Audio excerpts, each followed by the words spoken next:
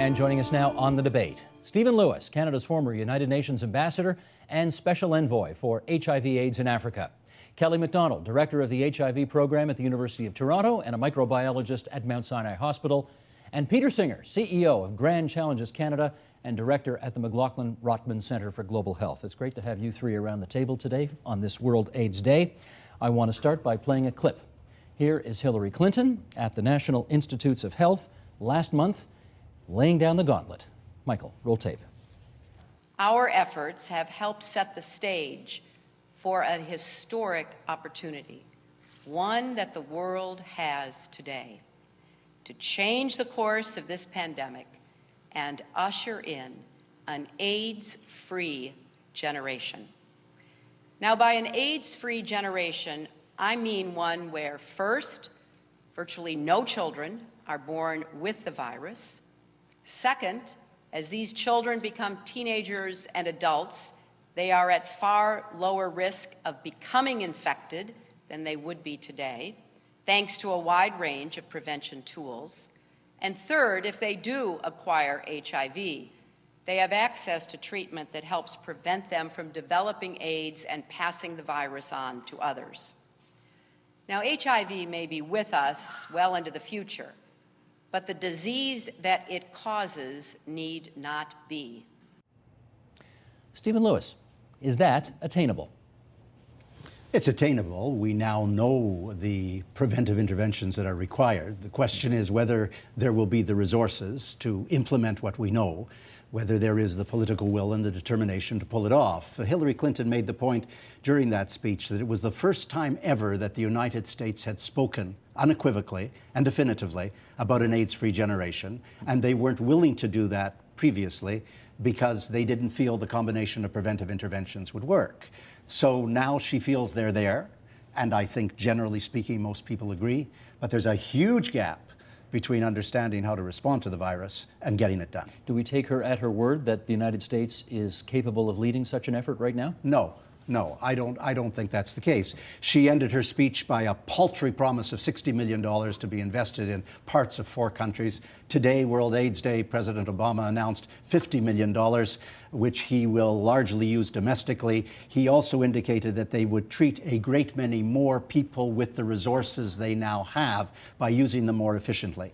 This is the old business of shunting money around without being willing to make the very major commitment. For example, to support the Global Fund to fight AIDS, tuberculosis, and malaria, which last week took the most severe and devastating hit it has ever taken when the European countries and the United States began to indicate that they either wouldn't fund it equivalent to their commitments or would diminish their commitments. And I want to say that on the ground in Africa, there is now panic. There is an incipient panic developing over the numbers of people who will not be treated, who need treatment. More on this as we go on in our discussion. Kelly MacDonald, to you on that first question. Do you believe what Hillary Clinton said is attainable?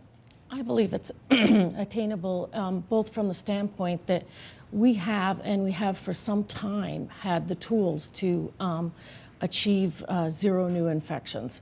You mean the medical tools? The medical tools for both prevention and treating people to reduce their infectiousness. And it has been for some time a matter of will. I think that we really have to apply what we know from a public health standpoint, from a medical standpoint, and we've had some very exciting medical breakthroughs in terms of vaccines and in terms of pre-exposure prophylaxis and post-exposure prophylaxis in the last year. Probably the most exciting news in the last 24 months that we've ever had in the AIDS epidemic. So that's absolutely attainable. But I think putting your money where your mouth is, frankly, is what we really have to look at. Peter Singer, where are you on this? An AIDS-free generation is within reach. It's within reach because of the innovations that have occurred over the last 30 years. It will become more in reach with the innovations that will occur, but we need to redouble our effort, and resources, including from a wider range of players, are critical. You know, Steve, I remember in 1985, as an intern and resident at the Toronto Western Hospital, taking care of some of the first patients with AIDS, young men. They would come in gasping for breath, We didn't have a test for the virus. This was before antiretrovirals. They all died.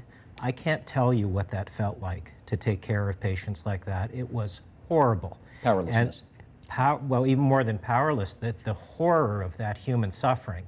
So I do reflect on how far we have come since that time, but we still face big challenges and have a long way to go. Let's pick this apart, though. An AIDS-free generation sounds like a great marker to lay down, but then as you look at the specifics, she said virtually no kids get it, so that's not no kids, that's virtually no kids. She says a lower risk of infection, that's not no infection, that's a lower risk, and access to treatment by people who have it. So it sounds like good marketing, but it doesn't sound like it, as you pick it apart, that she really means what she says. Steve, we had 2,000 new infections this last year in Canada. I Right. mean, this is not a matter of just the developing world even. I mean, the Aboriginal communities, people at risk, people hit by poverty and issues of being people who are on the have-not side of Canadian society from all sorts of standpoints, who always get nailed in our society, are just exactly the ones getting now nailed by HIV. And so these are the people who we've now seeing with increased rates of HIV. More than half the epidemic now, 53% of the epidemic is occurring in non-gay men. So this is not a disease of gay men anymore. More than half the epidemic is now occurring in people other than gay men in Canada. Heterosexuals. Heterosexuals and a whole variety of risk groups. But in the world, it's a women's disease. Absolutely. In the world, it's over 50%. In Africa, where there are 24 million people living with the virus, 59% are women. And in the increasingly in age Canada. category 15 to 24, some 71% are women and young girls. Can you explain why it is that disproportionate? The disproportion is largely the absence of gender equality, largely the absence of sexual autonomy, largely there have been many, many theories. Concurrent partnerships is one of them that has emerged most recently and most strongly of men and women having additional partners. And the moment one of them gets infected, then the virus moves very quickly amongst the partners. But the dominance of male sexual insistence, the sense of male sexual entitlement, has driven the virus in a significant way, particularly in sub-Saharan Africa. And 30 years on, those mores are still strongly in place. Well, certainly the absence of gender equality is very, very strongly in place. And I feel what Peter is saying. In 1985, I was ambassador at the UN, and one of my small staff members died of AIDS. I mean, it was unbelievable, the carnage in those days and the pain of what people went through. But that pain was felt and expressed right across the African continent over the last decade. It was an unbelievable devastation. And to think that it might occur again, forgive me for using figures, but there are, it is said, 6.6 million people in treatment now across the world. There are 7.6 million people who need treatment. This absence of money from the Global Fund consigns large numbers of those people to death. Let me follow it, because you brought that up twice now, and I want to go to Peter Singer on this. The Global Fund to Fight AIDS. For those who don't know, what is that? It's a life-saving organization. It fights AIDS, tuberculosis, and malaria. It's almost 10 years old. Who funds it? It's funded by a wide range of donors, mostly countries. I was looking at the pledges last night, about 30 billion in pledges over the whole period of time. The US is the largest donor. Other countries are significant donors. There's a question of whether some of those other countries will keep their commitments, which I'm sure we'll get into. Wealthy philanthropists as well? Like what Bill Gates give to this kind of thing? So the non-country donors, and we should also talk about the range of countries, because there's many countries not represented that maybe should be. But the non-country donors, the pledges are of the order of 1 to 2 billion compared to a total of 30 billion. Some of those are really important. Gates Foundation, over $1 billion. The RED campaign, almost a couple of $100 million. But at the moment, it's primarily countries. Canada announced in 2010 $540 million, I think over a 3-year period, about $180 million a year, making it the 7th largest donor, and we're about the 10th largest economy. So Canada is contributing, and we do tend to keep our contributions. So a wide range of countries, some missing.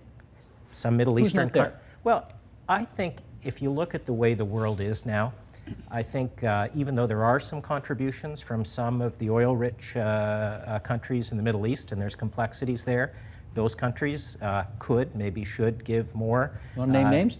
Well, you know, so people know what the oil-rich countries of the Middle East are. Saudi Arabia has given in the tens of millions. Pretty paltry. Relative All to in its all. wealth, Yeah, I think that's a small sum. very small. Some of the emerging economies, you know, it just the fund just stopped giving grants to China. China in the future will be already is one of the world's biggest economies. So emerging economies. I think there is room for broader inclusion as different countries in the world pull together against this very serious global problem. The Economic Union, I don't have to tell you, the European Union sees itself collapsing right now.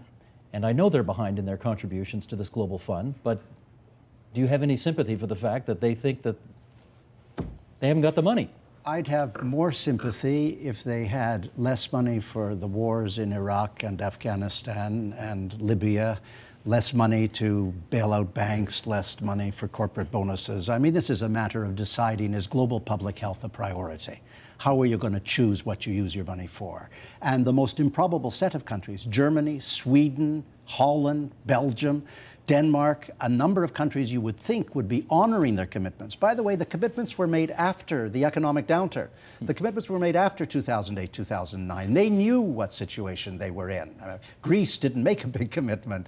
Obviously, Italy will not now honor its commitments, but the downturn from the European Union, and frankly, the inadequate commitment from the United States. Of course, it's the largest because it's the largest economy. And Peter makes a very good point. China, India, Brazil, Russia, paltry. China was getting $200 million from the Global Fund on an annual basis and providing about $14 million by way of contributions. Now, in this last meeting in Accra last week, they've taken all those middle-income countries out of the mix entirely. They will make no more grants given the present crisis. Is that because AIDS, frankly, is not that big a thing on the ground in China in the way it is in other places? Actually, it's quite big on the ground in China, and the Chinese government is very, very anxious about it and working harder than others on it, to be fair to them. And Steve, what that has resulted in just last week is a decision by the Global Fund essentially to keep funding the people that are on treatment. 400 programs in 100 countries, 3.2 million people on antiretrovirals through the Global Fund, which, by the way, is almost half the people on antiretrovirals in total, but not expanding treatment to others who may need it, as Stephen said. And that lack of expansion to people who may need it will cost lives.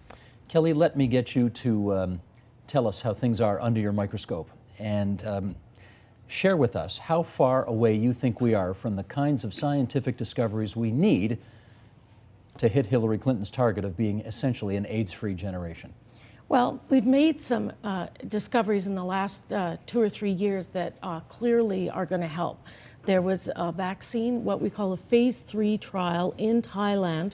What does that mean, 2.5 years ago. That's a clinical trial involving people that was at the very final stages before it could be licensed. So this is the last stage where we tested the efficacy or the effectiveness in humans that showed that an AIDS vaccine that was a combination vaccine was about 30% effective. Combination vaccine meaning? It was a combination vaccine where you had to get a couple different injections, and it was made of a protein plus a type of injection that was similar to a smallpox vaccine. And 30% effective means? 30 means that about 1/3 of the people who got the vaccine had some benefit that would have allowed them to resist infection had they otherwise been exposed in a way that would have infected them. So it doesn't eliminate the virus? No, not at all. And so that we're talking about is resisting infection, not disease progression. So that was, when you think of it, the tallest order we could ask for this. I mean, there's two things you could ask for with HIV that someone could get infected but not get sick. They could still have the virus but not get disease. But the other is what we call a sterilizing immunity, where they absolutely don't get the virus at all. And we, at one point, thought that was too big an order to even ask of any vaccine. So even though it was only 1/3 effective, this was really good news, that it was even possible at all. But as you look at the continuum, if 0 means we're helpless to do anything about this, and 10 means we got it nailed, where are we right now? Well, this was proof of concept that it was possible to actually get sterilizing immunity in 1/3 of the people. And what that showed us is that all we need to do now is make it more immunogenic, meaning make it a stronger vaccine that stimulates more immunity. And number 2, delineate exactly what it was in that vaccine that was so effective. Because we actually don't know what it was that protected that 1/3. So people have been enormously busy in the last 2.5 years, figuring out what that lucky 1/3 of people had that the others didn't have. And Steve, just on this very point, we're not always as good as we should be in Canada of celebrating some of the things that we do. We're certainly not as good as our friends to the south in doing that. And Canada's contributing not only in terms of money, as we were talking about before, but also in terms of brains. And one of the science. And one of the very specific things I'd like to highlight that Kelly's actually been a part of is almost over 20 years of relationship between the University of Manitoba, the University of Nairobi, the work of Alan Ronald and Frank Plummer with sex workers in Nairobi, trying to understand why they're resistant to infection, understanding the quiescent state of their immune system. It's a different bit of science, but in science, you add these little pieces up, and there's an example of a contribution that I think deserves mention. But I don't want to be a killjoy here, but the question about the continuum sounds like we're about 3. Is that right? I if would 10 have is said, perfection, we're about 2 or 3 right I would now? have said 5 or 6. I don't know what Kelly would say, but to be honest, this is how things evolve. Childhood leukemia now, to take an analogy, is almost completely treatable. But before it was only completely treatable, there was one drug and it was a 3. Then there was another finding and there was a 5. So I think in the face of many, many years of research on AIDS and AIDS vaccines, and it's a very, very difficult virus to get a handle on, we really do need to pay attention to findings like the one that Kelly mentioned. We're definitely not there yet, and there's other issues. One other thing I think is important is this vaccine is a 3 at an individual level, but a vaccine that can be a 3 at an individual level can be a 6 or a 7 at a population level, because even though a vaccine can only be modestly protective at an individual level, it can actually, in a population, if you have the virus only surviving to propagate in a population because there are groups of people who are changing partners relatively infrequently. This virus doesn't survive in the environment. It actually has to infect one new person for every person who's infected. It's a coefficient of transmission that the virus has. So that, in fact, if you make this virus less infectious by giving a vaccine to people, and you knock that coefficient down to less than 1, the infection dies out in that population. So you could actually, with a vaccine that's actually fairly modest, knock that down and actually reduce at a population level the epidemic to a level where it can't. Right. Stephen Lewis. I have an advantage. I know nothing about science. I understand it not at all. How is that an advantage? It's completely impenetrable because it allows me to make statements which are uninformed. But I did sit on the board of the International AIDS Vaccine Initiative for 4 years, a tremendous compendium of science and serious people, and I tried desperately to understand what they were talking about. And I agree with Kelly, but it is a tough slog. I mean, what Peter says, it's such an incremental process. And at first, the results of Thailand were deemed a failure, and it was only the subsequent work that came after the Thailand trial that made people realize, oh my God, there was something here that we might be able to build on. And so there's a little more hope, but that hope is still in glimmers. The second thing I wanted to mention was there was a tremendous excitement at the International AIDS Conference in Vienna last year when they said they had discovered an effective microbicide. A microbicide is a cream or a foam or a gel vaginally applied which can prevent transmission of the virus. And there was great excitement when a similar sort of indication of 39% effectiveness, and could go up even further in the application of the microbicide, which would give a woman some control over sexual autonomy.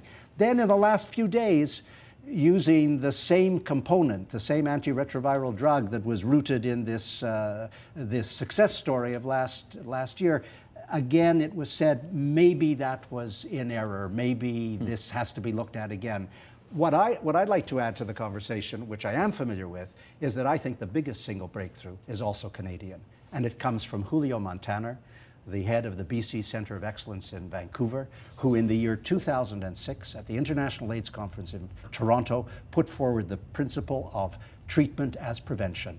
You give people antiretroviral drugs, it lowers the viral load in their body to undetectable levels, they then have unprotected sex, and the virus is not transmitted or very infrequently transmitted. And said Julio, on a population level, using Kelly's language, over time, it means that you get rid of the virus. And WHO endorsed it in 2008, and suddenly it got the imprimatur of legitimacy from the holy triumphalists in the United States, the National Institute of Health. They said you can reduce by 96% using full antiretroviral treatment, and now the world is excited about this possibility. How much does that cost per person? $450 a year for 1 year to keep a person alive, and that's just not the cost of the drug, that's transportation, it's hospital-associated costs. Not that much. Nothing to keep a person alive per year. That's why the Global Fund is so sad. Stephen makes a very important point, and I think it's really important for your viewers to realize, and this is the point Stephen is making, is that science is not equal to vaccines.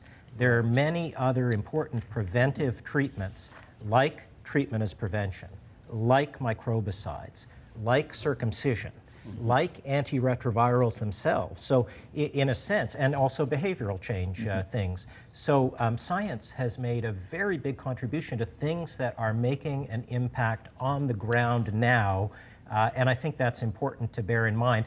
And if just one other quick story, sure. You know, we also have to have a broader view of what we mean by science and innovation. So the first thing Hillary Clinton talked about was prevention of mother-to-child transmission. Many women in Africa don't give birth in health centers, they give birth at home. To prevent mother-to-child transmission, in 24 hours you have to give the baby antiretrovirals. But those antiretrovirals break down if you put them in a bottle or a cup, so they actually can't be transported to the home. The woman has to travel to the health clinic, which is difficult to do. The Saving Lives at Birth Partners, which include Grand Challenges Canada, funded a bold idea with potentially big impact at Duke University. These researchers are putting the antiretrovirals essentially in a ketchup-type pouch, so it remains intact.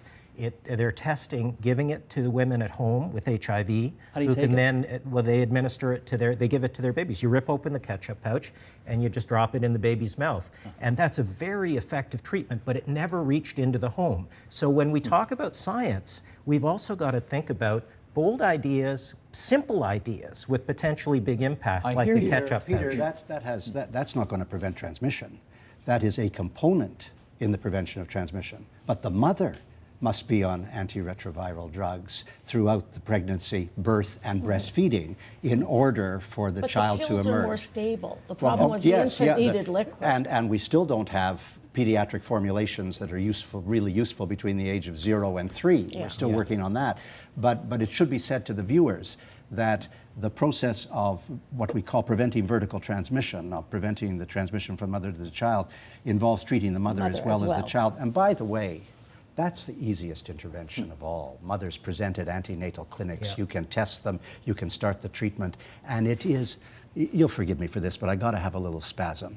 It is an appalling commentary on the international community, and particularly the United Nations agencies, that we knew all this more than a decade ago, and we have watched millions of children die unnecessarily because the treatment has not been available, and it should have been available and could have been available if UNICEF had been doing its job, if UNAIDS had been doing its job, if WHO had been doing its job. So they're all coming together now in this new excited cry of a virtual elimination of pediatric AIDS by 2015. And by God, I hope we get there, and we're inching towards it. But it should have happened 10 years ago. But it should have happened 10 years ago. It was terrible. I appreciate just on the ketchup pouch. I mean, it is going to add to preventive efforts, acknowledging that. So just to put that into context, I was using it as an example of a simple idea that could make a big difference. All these things are incremental, but we need these increments added together to save the lives that we need to save. One last thing on this, and I'll have my little spasm now too, if that's okay.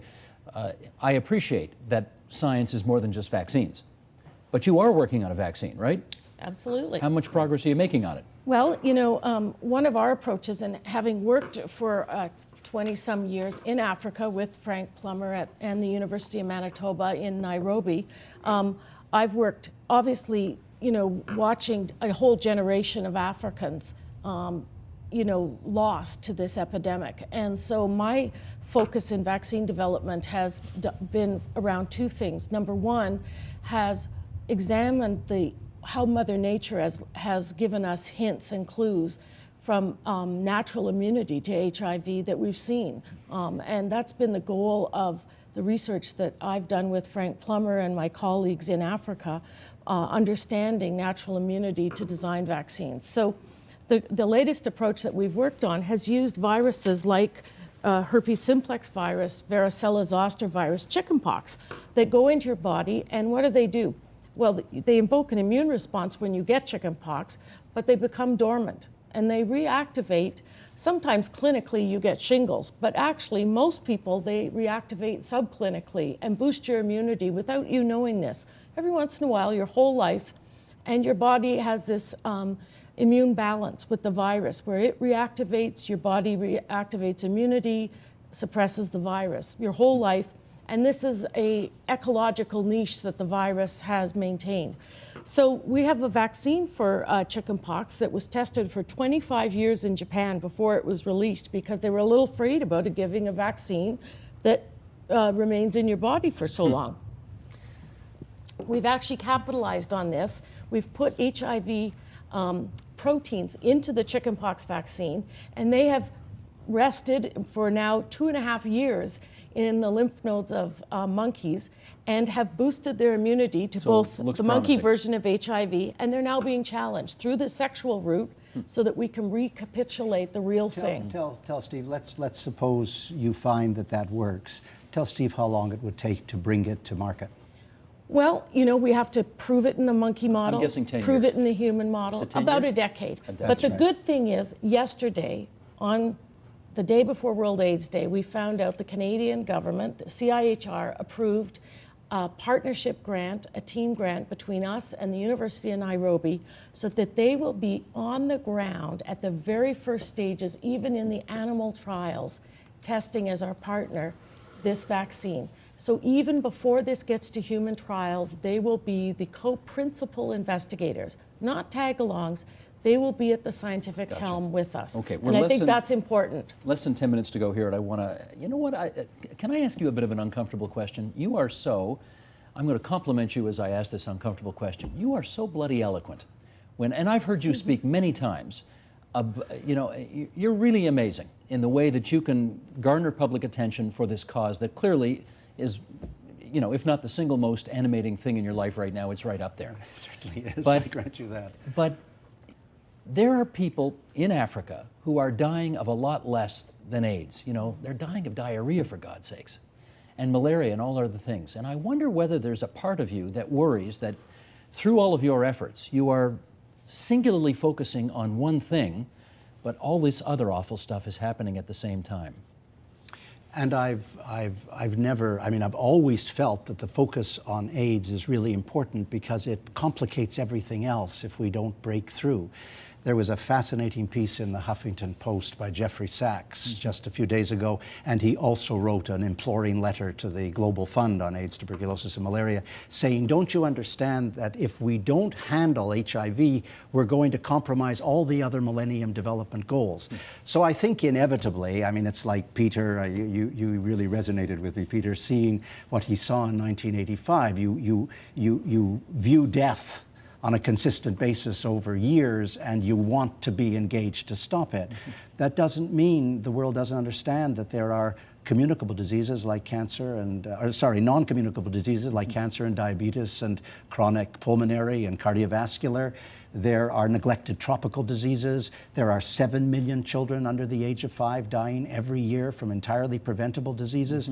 What the world has to understand, I think, is that we expand the pie, that we don't diminish the funding for AIDS, but we expand the funding for all of the other health imperatives, if health is a global public right, which it should, is in conventions. So, no, I don't feel guilty about it. I don't lose sleep at night. I just think that one has to fight for a larger resource base for the human imperatives, and that we haven't got yet. That's what's happening. I didn't mean to make him feel guilty, but anxious. Do you wonder, through the laser-like focus on killing this awful disease that is, 65 million people are dealing with, what's not being done for other things? It's the most unproductive thing to do, to trade off lives in one category versus the other. And they're also closely interconnected. Right. You can't talk about HIV without talking about tuberculosis. You can't talk about children's health without talking about HIV, as we were talking about with regard to mother-to-child transmission. So very unproductive to play them off against each other, and progress is being made. When I was born in 1960, there were 20 million deaths a year of children under the age of 5. Today, there's just under 7 million. That's still 7 million too many, but progress. People should understand that in some of these global challenges, progress is being made. And just one more point about the complexities in Africa. They also offer opportunities. We need to listen to communities. Go back 15 minutes in the conversation, Stephen was talking about microbicides.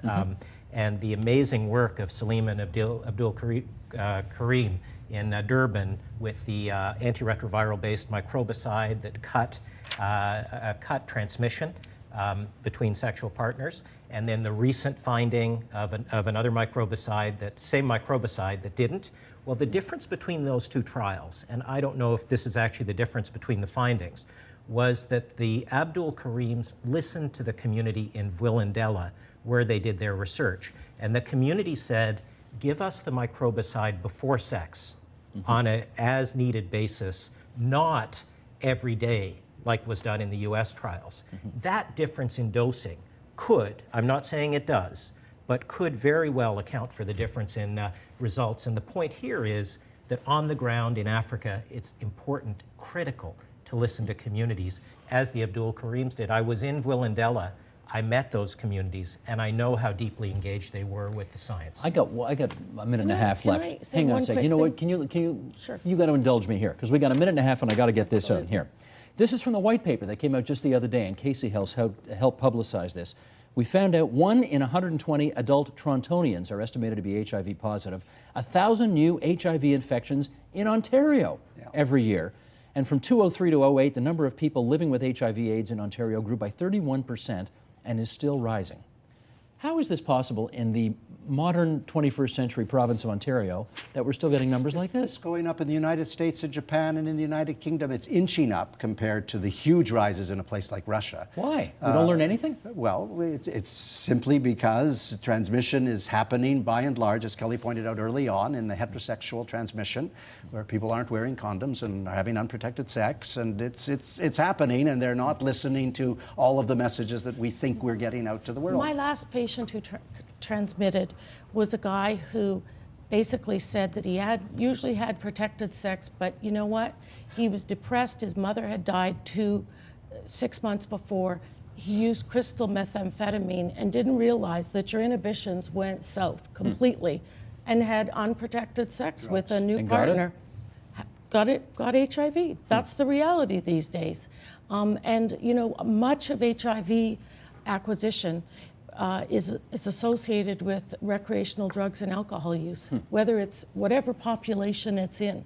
And the problem now is that everyone thinks, and as he said to me, I know so many people who have it. It didn't seem like the worst possible thing on earth, not like before. And he said to me, you know, 6 months after getting it, it's all a different story now. Of course. People don't realize it's a chronic disease, but it's still a not terribly chronic, painful and difficult manageable disease. Lifestyle disease. It's not diabetes, boy. She's giving me the hook. I want to thank all three of you for coming in on this World AIDS Day. Stephen Lewis, the former United Nations ambassador, Dr. Kelly MacDonald of the U of T, Peter Singer, Grand Challenges Canada, and McLaughlin Rotman. Thanks so much, everybody. Appreciate your time tonight. Thank you. Thank you, Steve.